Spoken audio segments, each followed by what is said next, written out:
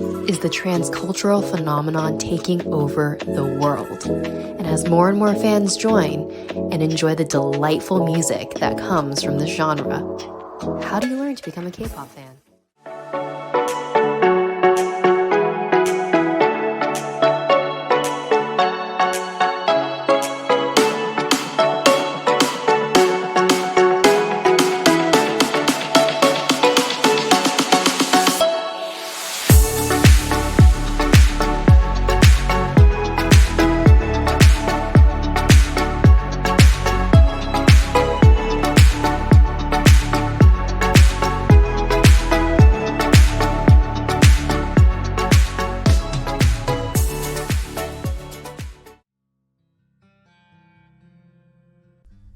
Hi, I'm Deepthi Murali.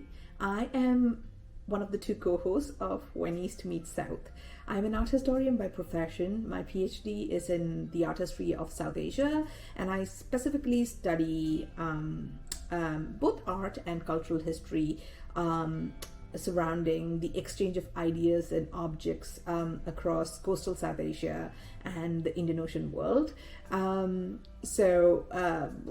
academic terms, I study what is called transcultural exchanges of objects and ideas and people. So basically, I am sort of kind of an expert on thinking about intercultural exchanges of ideas and art and visual culture, but my expertise really stops around the early 20th century. But I more than make up for it with a lifelong obsession over Bollywood. I grew up in India, and I grew up with Bollywood, but also a lot of regional Indian movies, especially from southern India. And I have a huge obsession that continues with choreographed dances and music and representation of people from different cultures in Bollywood and other movies. I am what Sharon, my co-host, would call a rookie fan. I very recently, just a few months back, discovered the world of Korean drama and K-pop. I don't know which rock I was living under, but it's really new for me. But then I fell in love almost immediately, especially starting with Korean drama. And I think it was because Korean drama reminds me, it's so familiar. It feels like Bollywood to me. But also, I started listening to K-pop, and I love it. I am completely obsessed to the point where my family's like, what's going on with you? I am obsessed with all things K-pop these days, and Sharon, my co-host and guru, is guiding me along the path, just like Miyagi. She's my K-pop Miyagi, and I am thoroughly enjoying discovering K-pop bands, and you'll see a lot of that in When East Meets South, because I'm going to be asking a lot of stupid questions to Sharon about K-pop and in particular. My favorite K-pop band is actually VI. It's spelled WEI. Go check them out if you don't know them already. I love them because I love their music, and they're phenomenal performers. And I think I have a personal affinity towards them because I'm sort of like a rookie fan, and they are actually sort of K-pop rookies. They debuted only in like October of 2020, so they're kind of brand new, and so I feel like we are both starting our respective journeys together. I hope you enjoy our conversations on When East Meets South. We're going to talk about Bollywood and K-pop and K-dramas, but also sort of think about them in an intercultural way, to think about commonalities and differences, what is represented, what is not represented. We are also going to think about the global impact of Asian popular culture. So I hope you like our conversations. Hi everyone, my name is Sharon and I'm one of your co-hosts for When East Meets South. I'm a second-year doctoral researcher at Birmingham City University in the UK in the Cultural and Media Studies department, and I specialize in K-pop fandom. I started being a member of the K-pop fan community quite a long time ago, about 15 years ago.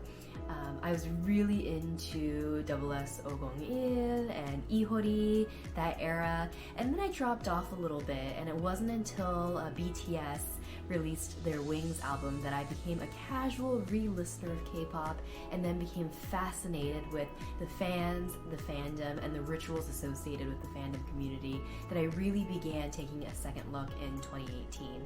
Since then, I have become very much immersed in the fan community, so much so that I've dedicated my academic life to researching them. So you might be wondering, as an academic researcher of K-pop, I must have a favorite band, an alt, if you will, which means your favorite band in the community, and it's Ateez. I'm a big BTS fan still. I'm total ARMY, but Ateez has really stolen my heart since they debuted in 2018. So I consider myself an A-teenie ARMY. So because I study the fandom, because I'm part of the fan community, it's been in and around my life for many, many years now. I'd like to consider myself a bit of an expert on the topic, so when Deepthi and I talk, she has a lot of questions for me, the same way I have questions for her about Bollywood and Indian pop culture.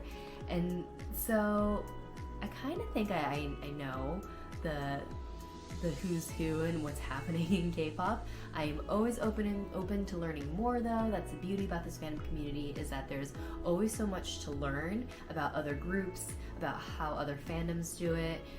It's fun to compare your fandoms too, and it's just kind of a neat place to be, especially right now with Korean pop culture and Korean soft power becoming such a global phenomenon. So really hope you enjoy what we have here at When East Meets South.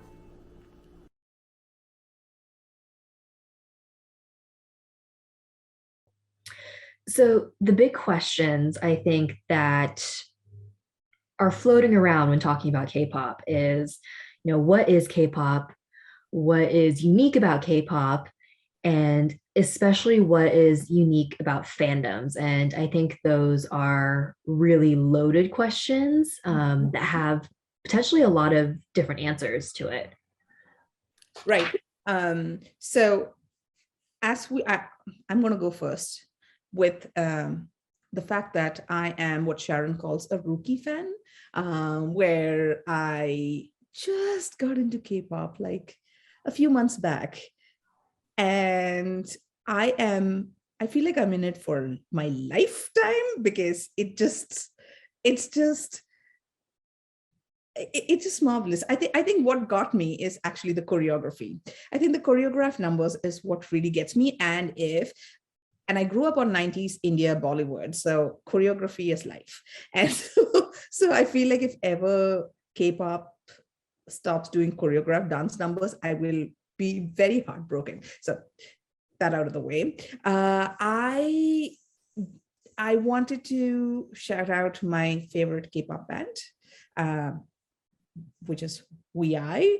I just learned, by the way, yesterday that Enhypen, which is another band, they debuted just before VI or around the same time.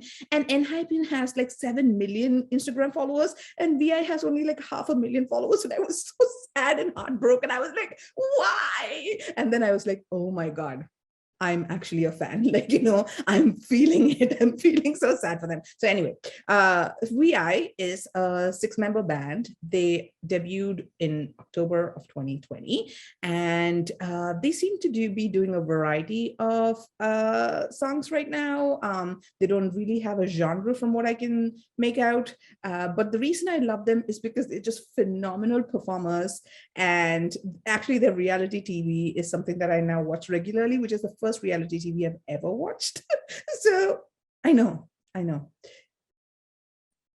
a fan. And okay, no shame in saying it.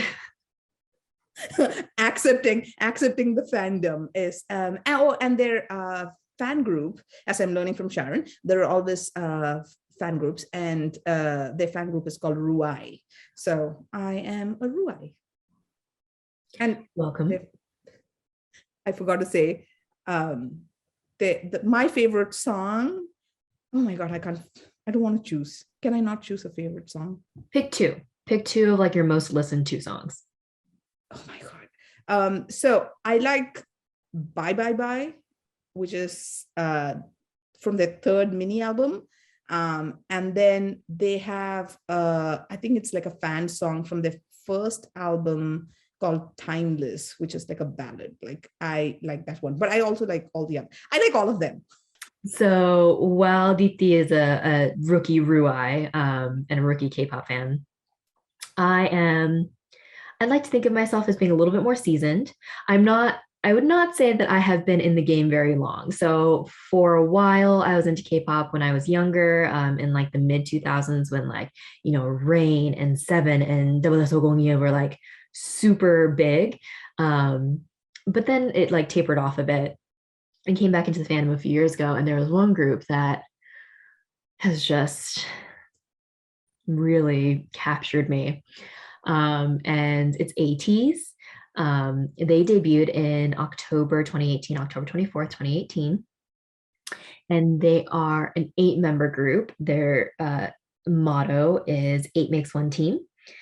And they're from a smaller company too called KQ Entertainment. And they have some sonbe, so some seniors, but they're on like satellite companies. So it's really just them on KQ. And Deepthi mentioned choreography. If you're really into choreography, synchronization, really hard choreography, I would say, even for K-pop standards, Ateez may be your jam. They have come out with a lot of music in their short 3-year span that they've been together thus far. And by the time this airs, they will have just had a comeback too, very unexpected comeback for us, ATEE, the fandom as we are known. I'd say my favorite songs, if I had favorite songs, okay, I do have a couple favorite songs. One is Aurora, which is like a dance ballad, hits you in the heart sort of song. That was written and composed by the leader of the group, Kim Hongjun. I'm very partial to the songs that he composes and writes that are on the albums. There's usually one, if not more, 1 or 2 per album that he solely produces. I love a good creative idol, which is the term that is used about idols who write and compose their own music. What is the term again? Creative idol. Oh, okay. Yes, there's some well-known ones. 3RACHA, I think that's how you pronounce it, from Stray Kids. 3 rappers and Stray Kids are creative idols. They write and compose a lot of Stray Kids' music. Also Dangkyeon on VI, and some of the VI members also contribute to lyrics. So Yep. And Song Min-gi, Kim Hongjun in Ateez, Soyeon from G-Idol writes some of the group's music, and Hui and Pentagon is very much a creative idol as well. Hui kind of pioneered some of that creative idol frontier, if you will. And the most famous, and was something that really set them apart when they did it, were the members of BTS, RM and Suga. Love them too. Big army. I'm about to go see them. By the time this airs, I will have seen them. So how many concerts are you going to, Sharon? Just mention it. Mention it on air. In the next 3 months, I am going to 6 K-pop concerts, 3 of which are Ateez. I'm seeing BTS, and I'm seeing Monsta X, and I'm seeing Eric Nam. So quite a few. Wow. Where are you seeing Monsta X? Monsta X, they're coming to Boston. What? Mm-hmm. I want to go see Monsta X. That one's going to be fun. I need to brush up on their discography a little bit because they've released a lot of music since the last time I took a deep dive, but I am particularly excited. Something that is actually really popular in the K-pop fandom is this idea of like close proximity with the idol, right? Like you kind of build this parasocial relationship, meaning building a relationship through things like social media, watching them in interviews, and getting a sense that you kind of know the idol. Oh yeah. And so when you meet them at fan signs or at concerts, you typically have the ability to do what's called a high touch. Like if you pay extra or you win a lottery, you can do a high touch. And a high touch is literally the idols are standing behind the table and you walk in front of the table and you high five them. And Oh yeah. originally, when I got these tickets with Monster X, it included a high touch. But with COVID, it's going to be really interesting how the K-pop industry, with these newly reinstated fan meets and like VIP experiences, how they pivot, because that physical intimacy, the physical touch, or the physical proximity you could have with the idol, that is what this kind of parasocial relationship kind of comes to a head to, can no longer happen. So I'm wondering, I haven't gotten any notification of what that's going to look like. You all will be updated, and check out our Instagram too, because I will probably talk my head off about it there. But yeah, I'm curious what will happen. It's on my bucket list. K-concerts. K-pop concert is a lot of fun. And in the concert, when you're physically in the space, you see all the physical, like fanish behaviors that happen with K-pop fans that is, I would say, really unique to K-pop fandom. Things like light sticks and the synchronicity when it comes to like the light sticks all waving at the same time. Show your light stick. Okay. Oh, I That's don't have what a full light stick. I have like a little mini keychain, but maybe I'll get a full light stick for Ateez at their concert. You I should. do. I can. You definitely should get like a light stick. I know. Well, I mean, part of that is like we've talked about this a little bit before. Like, so we're not teenagers, obviously. And so Obviously. part, part of having like that fan merch that has been so pathologized, like so heavily cast as being something only screaming teenage girls use, really kind of puts you at odds being in this age range and participating in the fandom. However, like that's, I think some of us don't realize that's like a very uniquely Anglophone Western way of thinking of this pathologization of fans being like screaming girls, because in other parts of the world, I mean, you have a fair bit of that in Korea too, but in other parts of the world, the like, just because you like a boy band doesn't necessarily make you a squeeing teenage girl. But I get that a lot from my family who don't understand this K-pop. They're like, boy bands like NSYNC. I mean, like Backstreet Boys. Like, aren't you too old for this? There is this sort of pathologization of your liking of K-pop as well, because it's just part of like how I think even like all Western society, but also I think all societies wired to think of, there's a line of divide between. So here's my thing. In India, where this happens in Bollywood, right? Like there's no equivalent to K-pop idols, but there is this whole culture of, especially in Bombay or Mumbai, where a lot of the Bollywood stars live, like the big stars like Shah Rukh Khan or Amitabh Bachchan, like outside their house, there will be throngs of crowds every single day waiting to see what is called the darshan, which is basically seeing your idol. And it's usually applied like in the Hindu context of watching, like, going to a temple and seeing your deity. But they actually stand outside these Bollywood stars' homes, and they will come up on the terrace or their balcony and sort of wave at some designated time. And so there are like hundreds of people outside their house waiting for them to come out and wave. And sometimes Shah Rukh Khan will especially do it with his smallest, youngest son. And then so they get to see the younger sons, or like, so there's always this interaction with fans through sort of the act of looking at each other. And this David Letterman actually interviewed Shah Rukh Khan last year, I think in 2020, and he went to India to do this. So this must have been pre-pandemic, so maybe 2019. But he was there to, sort of commenting on this sort of like crowds of people who were there, basically looking at Shah Rukh Khan and his family. And then there was this thing about how people would come and say, I came because I failed an exam, so I just wanted to feel a little better, or my mother is really sick and admitted in the hospital, so I just wanted to get some relief, so I thought to come and see my favorite star. And I feel like that is also a part of fandom and the parasociality of sort of Bollywood fandom in somewhat different ways. But even that is not totally understood by a broader South Asian culture, right? It's there, but it's not really acceptable almost. So just throwing that out there, that there are different kinds of fandoms and everybody can be a part of it in some ways. Exactly. Yes. And for K-pop in particular, it's one of the very few industries and genres where I see older women really claiming that they are and owning that they're fans. There's these what are called ajuma, meaning lady, ajuma fans. And there was this pre-debut reality show that Ateez did when they were very young, and they went to a fortune teller. And the fortune teller used tarot, read palms, and one of the members of the group who is quite popular, his name is Chesan San. I would say he's arguably one of the more popular members of Ateez.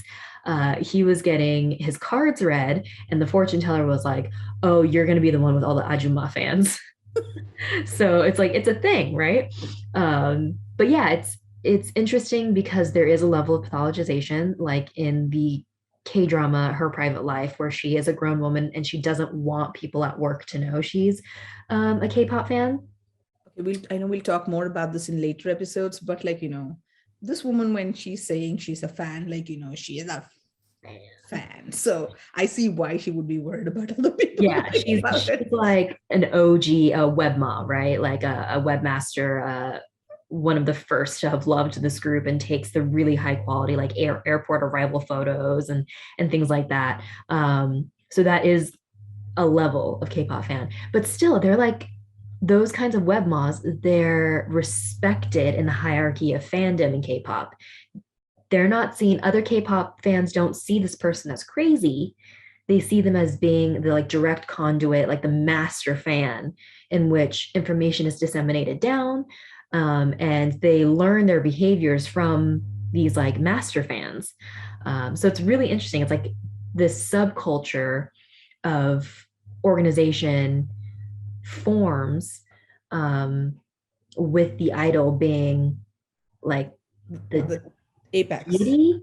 Yeah, the apex. The apex is a really good way of describing it. Just to give people a context, I was just looking up BTS's Instagram following, and it's, I don't know if you can see, it's 52.8 million people. 52.8 million people on Instagram. That is insane. That's almost as much as the population of South Korea, isn't it? Mm-hmm, mm-hmm. It's somewhere close. It's amazing.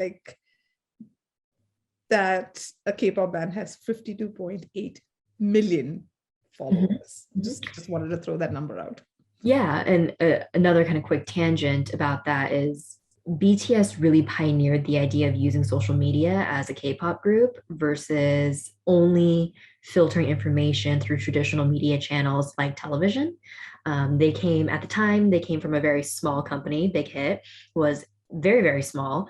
Hitman Bang, the producer and the head of Hit Entertainment, had some experience idol sharing basically, or co-managing a few groups with the bigger companies.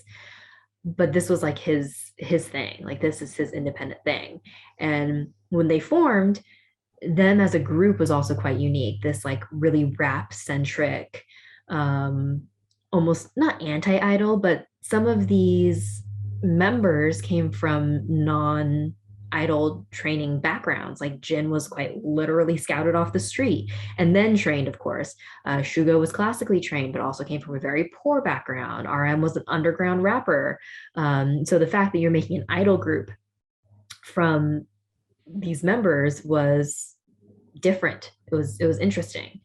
And so then them using social media because they simply could not get onto those traditional media channels really paved the way for now, like, all idol groups have YouTube channels, and then you get to know the idol via their YouTube channel because they vlog all the time or they have reality shows, and it endears you even more to them because you feel like you're getting to know them really strongly.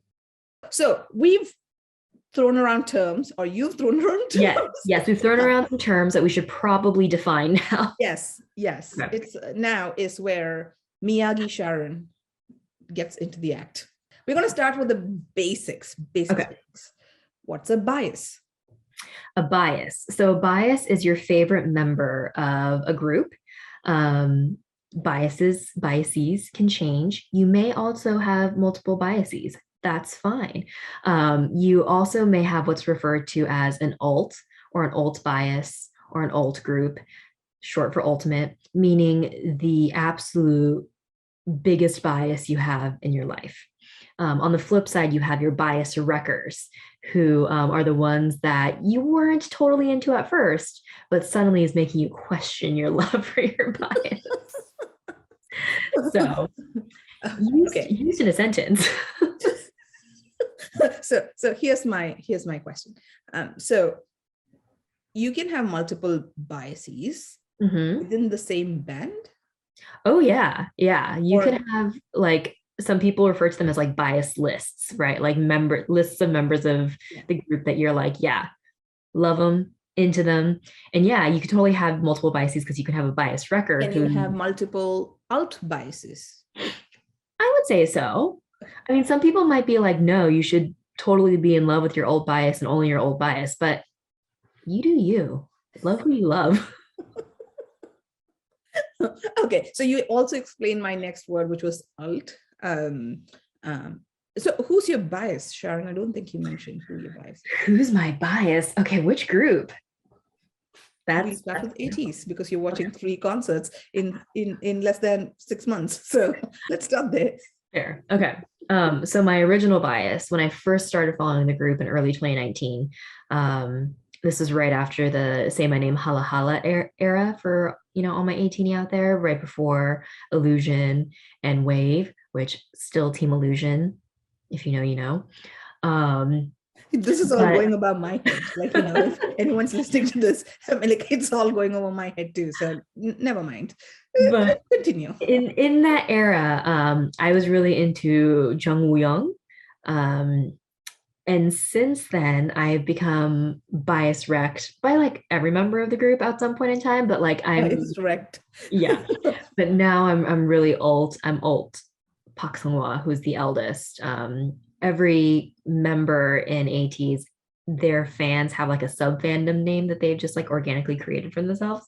And Songhwa's is Shine Stars. So I am a Shine Star.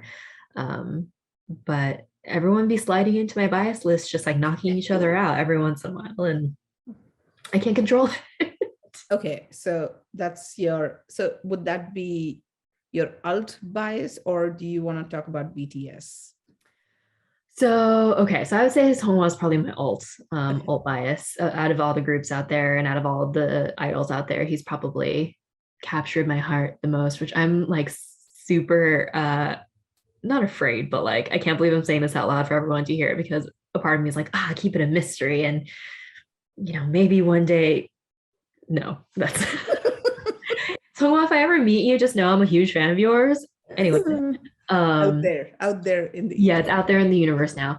BTS. So there is a term out there that refers to just loving the band as a whole, and it's usually OT and then the number of members in the group. So for BTS, it would be OT7. Kind of like a play off of fan fiction lingo of OTP, one true pairing.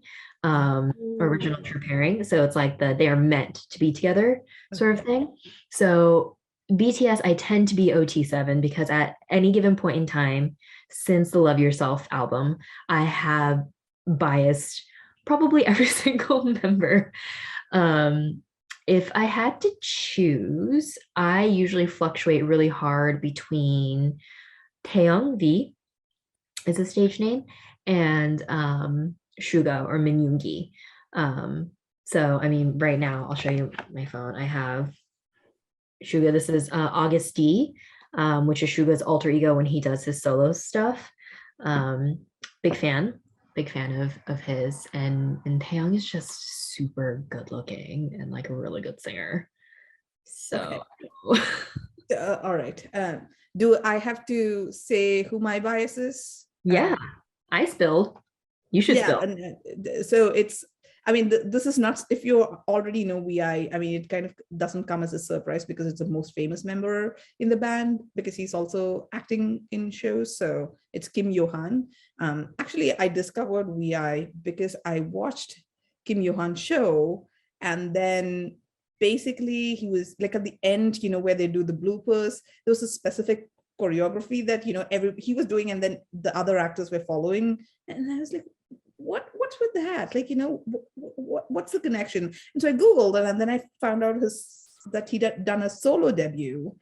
And then I was like, oh my God, he's part of a music group. Like, he's in a K-pop band. And then vi happened. So Yeah.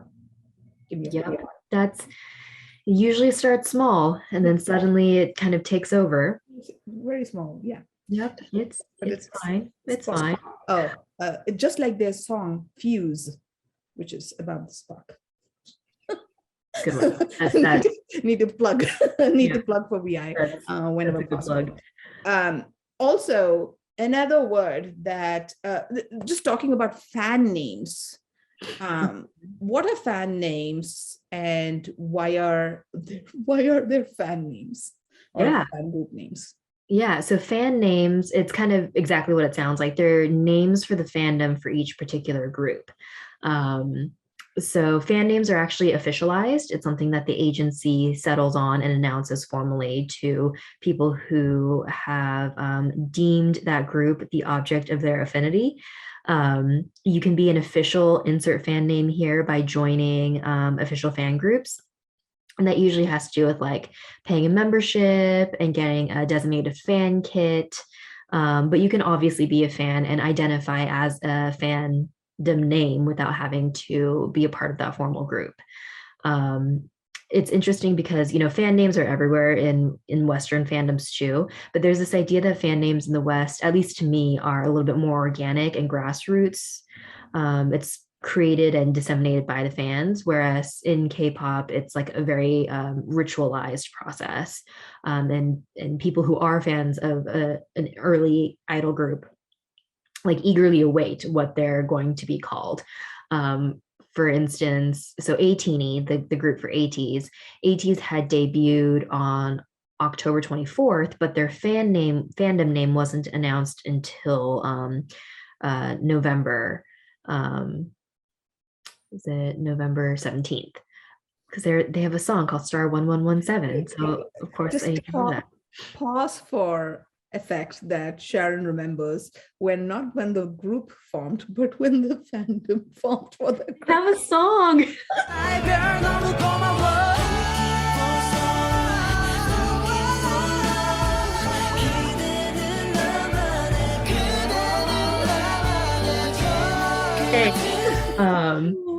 Anyways, so yeah, Ateez take that almost as like, not almost, but actually as like our fan birthday, right? Like we celebrate Ateez Day, the group celebrates Ateez Day. So there was, several weeks where we didn't have a fandom name, and there was almost like a fan war, because there were two different choices for the fan name that we were like bopping between. We weren't sure if one was going to be the other, and then out of the blue, like Ateez was a third name that was not even like on the docket. But it was embraced, right? So like if it really was a grassroots effort, it may have been any number of those other two deviations of those other two names, but we embrace the name that KQ gave us, and it means something with Ateez, right? Ateez means like it was destiny, that Ateez and their fans. Okay. Ateez. So there's always a backstory behind the names too. Like ARMY for BTS is adorable representative MC for the youth, with an emphasis on this like hip hop rap heritage that this idol group is being built on.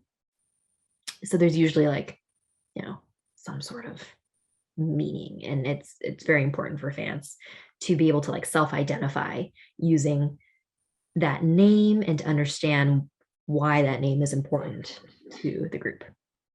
Okay. Just for the record, VI's fan group's name is RUI. RUI.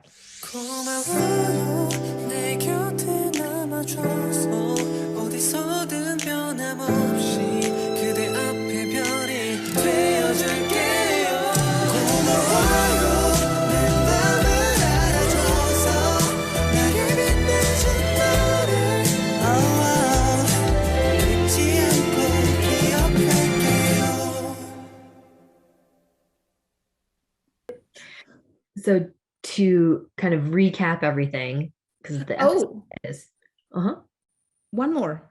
okay. Acafan. What's an acafan? Oh, an acafan. Oh, so that's important. So an acafan is actually a term that has been used in media and fan studies and cultural studies, which is the area that I focus on in my PhD. And an acafan is someone who identifies as being a fan of whatever they're studying, but also is going to be studying this object of affinity or this genre of thing with a discerning academic eye. It means that we are intersectional, that we have a foot in both the academic community and the fandom community. We may have some insider knowledge of the fandom community as well. And it's really shedding this kind of archaic idea that you have to have a really dispassionate, objective, third person point of view when it comes to approaching your research. It's hard to tear yourself away from part of your identity, and part of your identity can be being a fan. So I highly embrace the idea of being an aca-fan. The field now is embracing the idea of people being acafans and not just, parachuting researchers that just jump into the fandom and like study it. And they're like, oh, I'm not involved, so I can look at everything from a very dispassionate lens, and then walking out. It builds trust in the community that you are studying. And it, at least for me, it really helps you find people to talk to in your research. And it helps you make the connections to disseminate your research too. So yeah, go on. I just wanted to say that these terms were all new for me. Sharon introduced them just a couple of months back, I think. But this is an idea that is like, very relevant for academia, where you think that the academics are always like disinterested scholars who are like a step away. It comes from this 19th century anthropological disciplinary tendency to say, oh, we're just going to go out there to the east or to the Oceania, and we're going to see tribes and we're going to watch them from afar, and then we're going to write about them. And so there is this idea of this exotic other that you just watch, and then you go home and then you think and you write about them. So and that gives the criticality to your work. And it's such a uniquely problematic way of really doing scholarship. It's always been. It's so in a way, being an aca-fan is sort of disengaging from some of these things that we do in academia, which are highly, highly problematic. So huge aca-fan concept fan. A fan of the aca-fan. Fan of the aca-fan concept. And that's something, so we'll talk about this in a second, talking about the term of like transculturality and crossing these borders and studying things, enjoying things, consuming things. But just to recap thus far, so we haven't lost you, how to be a K-pop fan. First, you identify with a group, right? Second, you learn the vocab, you learn the lingo, and you learn the rituals that take place in order to fit into the cultural grammar of the subculture that you're a part of. 3, you enjoy. You learn more, and you disseminate to other people, right? You recruit other fans, you join communities where you can talk about the groups. And when you then join more communities, you learn more about the groups and you learn more about the rituals and the language and the collective memory of a lot of these fandoms. Like if the idol does a show, if an idol does a variety show or a game show, if they do a vlog, a V Live, which is a streaming platform that's popular in Korea and it's being used internationally now, fans collectively join in on making these moments happen and also coding these memories and these collective ideas and memories of what it is to be part of this fandom. So you're going to be joining a very large community when you join any sort of K-pop fanish things. So Except if you're a VI fan, and I'm very sad about that. Except if you're why? Because it's small. I mean, like they should. I'm just so mad because as a true fan, I'm just mad because I think they should have more of a following and they don't. And I'm like, why? Like they are still young. They just debuted last year, so I know, but like I'm like, why? It's gotten to so. This is the embarrassing part of this confessional. So the VI has the official YouTube channel where they post all videos and things, and I've been watching, like religiously watching their subscriber count to see if it's going up. And I'm like, I want it so badly for them. I'm just like, okay, 5,000 new followers this week. Like, good. Like, it's a good week. It's just, yeah, levels of obsession. I understand. And you all get there at some point, and we've all been there. If you Is there a difference between being a Korean K-pop fan versus an international K-pop fan? Yes. And that is the crux of my thesis work, of my PhD work. Really observing and talking to these two groups of fans to see how they're different, to see how things have changed when translated from a Korean setting to an Anglophone or a Western setting. I would say very much yes, that there are differences, especially in a domestic audience where the cultural norms do inform some of these coded meanings and rituals and languages, deployment of language. It can differ a lot from how Anglophone fans engage with K-pop fans or K-pop idols. They have an understanding of what happens in Korea. The domestic fandom is kind of like a parent culture to them, but there are definitely deviations as a result of lacking that cultural context. And that's what I'm seeking to find out, exactly what those deviations are, how Korean domestic fans view those deviations, and how Anglophone fans are continuing to change the game a little bit, but also stay the same. Yeah, because we're going to talk about transculturality and the idea of like, these sort of like differences and confluences of ideas. It's almost like the K-pop is probably the single biggest sort of cultural export out of South Korea ever. I mean, it would be safe to say that. And we know that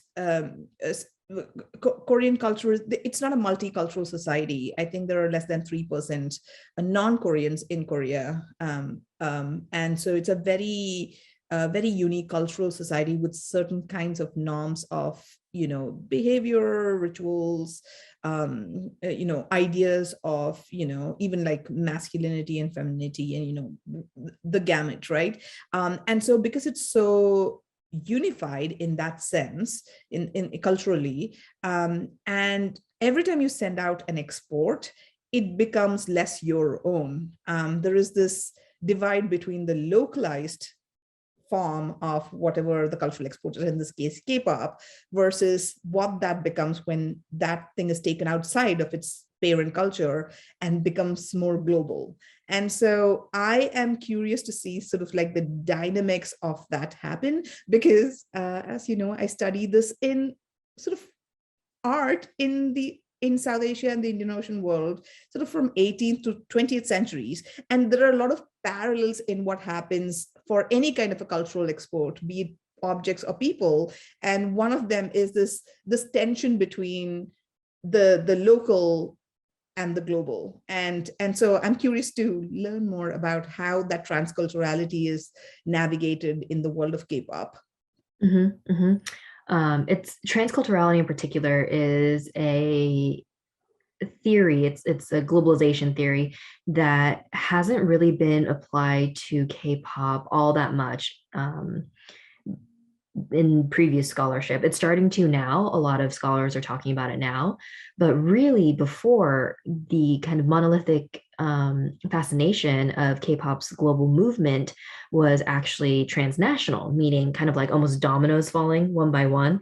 It's like K-pop infiltrating one country after another, and not really this idea of like all these like nodes of information happening at the same time and interrelating to each other. So it's a different approach to understanding this as a cultural export rather than like a one-to-one, like, oh, we're dominating or conquering this market and then we're going to conquer that market. It's always been kind of, studying one-to-one. And yeah, it'll be really interesting to see how this like global being localized, how that moves forward. And how it's used and appropriated in different cultures. There's a term that smashes those two together called glocalization and the glocalized, right? Something that was meant to be exported globally and then is relocalized to a local market. It's kind of like when you go to a McDonald's in France and you see frog's leg sandwiches. I'm making that up. I don't think that. In India, you get Maharaja burgers. Yeah. Mm-hmm. So it's like there's a localized menu, but McDonald's is a globalized brand, right? So it's for K-pop in particular, you have like these reappropriations of the idol training system and like small infusions of Koreanness into these global idol markets now. P-pop, for example, and Pinoy pop. Where they like in their music videos, they're singing in Tagalog, but their music videos have like a Korean woman speaking in Korean at the beginning and trained in Korea in this idol format, and their songs sound like idol songs and their aesthetics are very K-pop aesthetics, but it's for the Philippine market in particular. So it's a very interesting time to see how and what happens as a result of this massive cultural export. And I also talk a lot about appropriation and what it looks like to have those elements of Koreanness be appropriated and how Koreans are responding to that. And I'm also curious to see what happens when it's re-exported back in, because it's coming back home, right? So for such a sort of like a unicultural society, what does it mean? What is it bringing back, and how does that change Korean society, or would it be changing Korean society or culture in any way? That's also interesting to sort of think about. Yeah, it's true. And you're already seeing a little bit of that. You have like K-pop being exported out, and then you have international non-Korean populations thinking, I want to do that, right? So then they move to Korea and they try to be K-pop stars in the Korean market. So there are some groups out there that try to bring it home, or they have brought it home in the K-pop style, or being a K-pop group abroad. But there are people who stay in Korea who are not Korean, who are like, re-importing this international sense of K-pop and Koreanness into the Korean market. Some of these examples would be Black Swan. There's another example. She did relatively well, but I think she's on like Chinese survival variety shows now. Her name is Lana. She's Russian, completely ethnically Russian. Came to Korea and trained and debuted like an idol, and she very much almost like Korean passes almost, I would say. Supposedly she doesn't have any sort of Asian ethnicity in her, but I think she's more from East Russia, if I remember correctly, so she might read a little bit more Asian. But it's like she's again saw what the global K-pop scene looked like and has re-imported it back home. Back home meaning in Korea, like she's re-imported it into Korea. And so Koreans, I think, are grappling with like what it means to see international K-pop stars and whether or not it's appropriate to see international K-pop stars. And the industry in general then has, these battles of, which we'll talk about in later episodes, these battles of colorism and these hierarchical ways of thinking of different ethnicities in the world that really do impact who gets the visibility in the domestic market. But that, again, stay tuned, is for another time. This is just episode 1. We are in a very interesting time being K-pop fans, seeing how K-pop is evolving internationally and domestically in the Korean market. And so I think it's fun at this point to be joining the K-pop community. There's a lot of potential in studying it. There's a lot of potential in talking about it. And we'll just have to see what they have in store for us. Oh, and just because this is episode 1, we're going to talk about K-dramas and Bollywood and other Asian popular culture in future episodes. So it's not only going to be a K-pop, but we needed to talk about K-pop first. The globalization of K-pop and the amount of fans that K-pop can now reach is an interesting topic for many academics, journalists, and fans alike to discuss. With Korea's increasing soft power, where will they head next in their pop culture industries? Stay tuned for our next episodes of When East Meets South as we tackle more topics of Asian popular culture like K-dramas, Korean food, and Bollywood.